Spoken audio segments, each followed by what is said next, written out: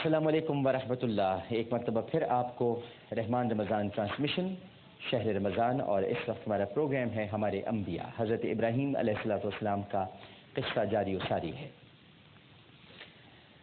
تو جناب، شہر کنعان میں تھوڑا عرصہ گزارنے کے بعد حضرت ابراہیم علیہ السلام بیت المقدس کی جانب چلے گئے۔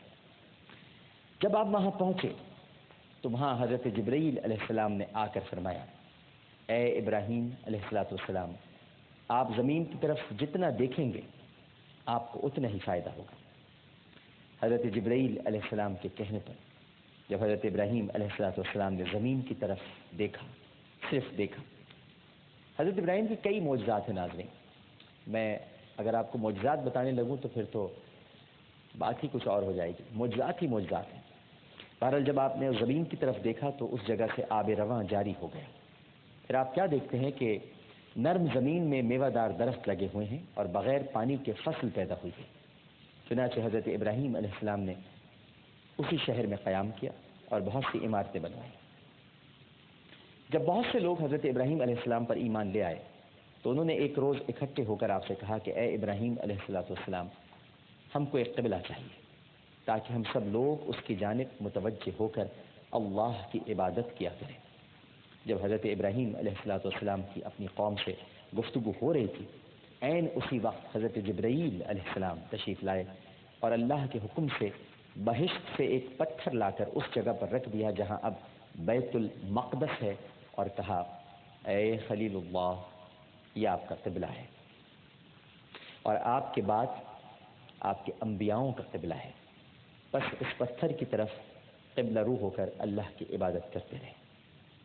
اسی دوران اللہ سبحانہ و تعالیٰ کی طرف سے ایک اور فرمان جاری ہوا کہ اے ابراہیم علیہ السلام، تم نمرود کے پاس جاؤ اور اس کو تمام لشکر سمیت میری طرف بلانے کی دعوت دو۔ یہ بڑا دلچسپ اب ناظرین کرام معرکہ ہونے والا ہے۔ چنانچہ حضرت ابراہیم علیہ السلام اللہ کے حکم سے سرزمین بابل گئے اور سرزمین بابل میں جا کر نمرود لعین سے کہا، اے نمرود، کہہ کہ ابراہیم اللہ کے رسول ہیں۔ اس پر نمرود نے بڑے غرور سے جواب دیا کہ اے ابراہیم علیہ السلام، مجھے تیرے خدا سے کسی قسم کی کوئی حاجت نہیں، معاذ اللہ، اور تم دیکھو گے کہ میں تیرے خدا سے آسمان کی مملکت بھی چھین لوں گا، استغفر اللہ۔ حضرت ابراہیم علیہ السلام نے نمرود سے کہا، میرا اللہ بڑا بے نیاز ہے، وہ چاہے تو اسی وقت تجھ پر عذاب نازل کر دے۔ نمرود نے کہا کہ میں اس زمین پر سب سے بڑا ہوں، اگر تجھے اپنے خدا پر مان ہے تو تو اپنے خدا کا لشکر جمع کر، پھر میں اپنا لشکر لا کر تیرے خدا کے لشکر سے مقابلہ کروں گا۔ حضرت ابراہیم علیہ السلام نے کہا کہ اے مردود، تو اپنا لشکر جمع کر، میرا اللہ تو کن فیکون میں لشکر جمع کر دے گا۔ حضرت ابراہیم علیہ السلام نے دعا مانگی، اے بار الہ، یہ ملعون، یہ نافرمان تیرے ساتھ مقابلہ کرنا چاہتا ہے، تو اس کو ہلاک کر دے۔ یاد رکھیے ناظرین کرام، اس منزل پر میں آپ کو یہ بتانا چاہوں گا اور تمام ناظرین کو کہ آپ کسی کی ذات پر کوئی حملہ کریں، جیسے انبیاء کی ذات پر حملے ہوئے، انبیاء نے کبھی کسی کو بد دعا نہیں دی۔ آپ تمسخر اڑائیں، آپ نے دیکھا ہوگا انبیاء کے واقعات میں وہ خاموش رہتے ہیں۔ سب سے زیادہ تمسخر ہمارے سرکار صلی اللہ علیہ وآلہ وسلم کا معاذ اللہ اڑایا گیا، لیکن آپ نے کبھی بد دعا نہیں دی۔ لیکن جب اللہ سبحانہ و تعالیٰ کے احکامات پر کوئی شخص انگلی اٹھاتا ہے یا اللہ کے نافذ کردہ فرض کے خلاف یا حدود کے خلاف آواز بلند کرتا ہے تو پھر انبیاء بد دعا کرتے ہیں۔ اگر آپ مثال کے طور پر نماز کا مذاق اڑائیں، آپ معاذ اللہ روزے کا مذاق اڑائیں، معاذ اللہ آپ زکوٰۃ کا مذاق اڑائیں، معاذ اللہ آپ حج کا مذاق اڑائیں، معاذ اللہ آپ دعا کا مذاق اڑائیں، دعا عبادات کا مغز ہے، تو اس وقت بد دعا کی جاتی ہے اور وہ بد دعا بڑی خطرناک ہوتی ہے۔ لہٰذا حضرت جبرائیل علیہ السلام نازل ہوئے اور انہوں نے فرمایا، اے ابراہیم علیہ السلام، آپ کی دعا قبول ہو گئی۔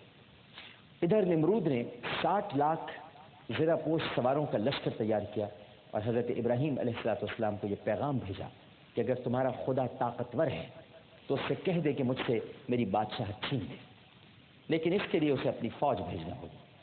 باتیں سنیے بے وقوف کی۔ اس پر حضرت ابراہیم علیہ السلام نے اس سے کہا کہ یا اللہ، تیری مخلوقات میں مچھر جو ہے وہ ادنا، ضعیف اور ہر جانور کی خوراک ہے، میں تجھے اس سے مانگتا ہوں، میں تجھ سے اسے مانگتا ہوں۔ اللہ تعالیٰ نے اپنے نبی کی دعا قبول فرمائی اور فرشتوں کو حکم دیا کہ وہ مچھروں کو چھوڑ دیں۔ ناظرین دیکھیے، مچھر سب سے ضعیف، سب سے کمزور، اور یہ وہ حشرات الارض میں سے یہ وہ جانور ہے، یا جس کو آپ کیڑا کہہ لیں، کہ جسے تمام جانور اپنی خوراک بنا لیتے ہیں۔ لہذا اللہ کے حکم سے مچھروں کو چھوڑنے کا فیصلہ ہوا۔ فرشتوں نے فرمان الہی کے مطابق مچھروں کے سوراخ میں سے ایک سوراخ کھول دیا۔ اب حکم ہوتا، دیکھیے حکم کیا ہے، حکم ہوا کہ صرف 60 لاکھ مچھر چھوڑ دو، تاکہ ہر مچھر کے حصے میں نمرود کا ایک ایک سوار آ جائے۔ یہاں بھی اللہ تعالیٰ عدل فرما رہا ہے، زیادہ مچھر نہیں چھوڑا، ہر فوجی کے لیے ایک مچھر۔ چنانچہ فرشتوں نے اس سوراخ میں سے 60 لاکھ مچھر چھوڑ دیے۔ اب نمرود کی تباہی اور بربادی یقینی تھی۔ بابل کی زمین پر جہاں نمرود کا لشکر جمع تھا، وہاں پر مچھروں کی ایک فوج سیاہ بادل کی طرح چھا گئی، اور ان مچھروں کو اللہ تعالیٰ کی طرف سے حکم ہوا کہ اے مچھروں، نمرود کی یہ فوج تمہاری خوراک ہے، تم ان سب کو کھا جاؤ۔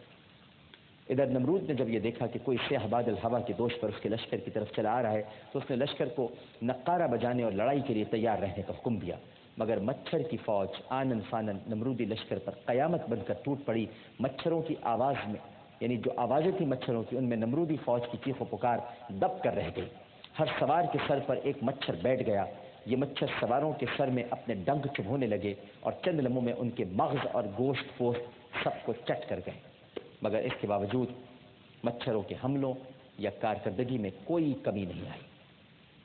یہ جو مچھر کی دھی بھی ہوتی ہے ناظرین کرام، یہ جو ہم بھی بڑا الجھتے ہیں جس سے، اور آواز بڑی بری لگتی ہے، سوچئے جب اللہ کے حکم سے یہ پوری قوت کے ساتھ آواز نکالتے ہوئے 60 لاکھ کی تعداد میں نمرود کے لشکر پر حملہ آور ہوئے ہوں گے تو ان کی آوازیں کیا ہوں گی، یہ تھوڑی دیر کے لیے آپ سوچیں۔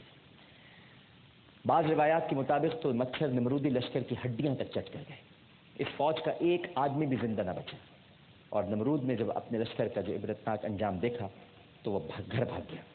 اب وہ گھر بھاگ چکا ہے، لیکن گھر بھاگ کے وہ کیا کر رہا ہے یہ ہمیں معلوم تو ہے، لیکن آپ کو ابھی نہیں بتائیں گے۔ گھر بھاگ گیا، اکیلا بھاگا ہے، 60 لاکھ کا لشکر مارا جا چکا ہے، نمرود گھر بھاگ گیا۔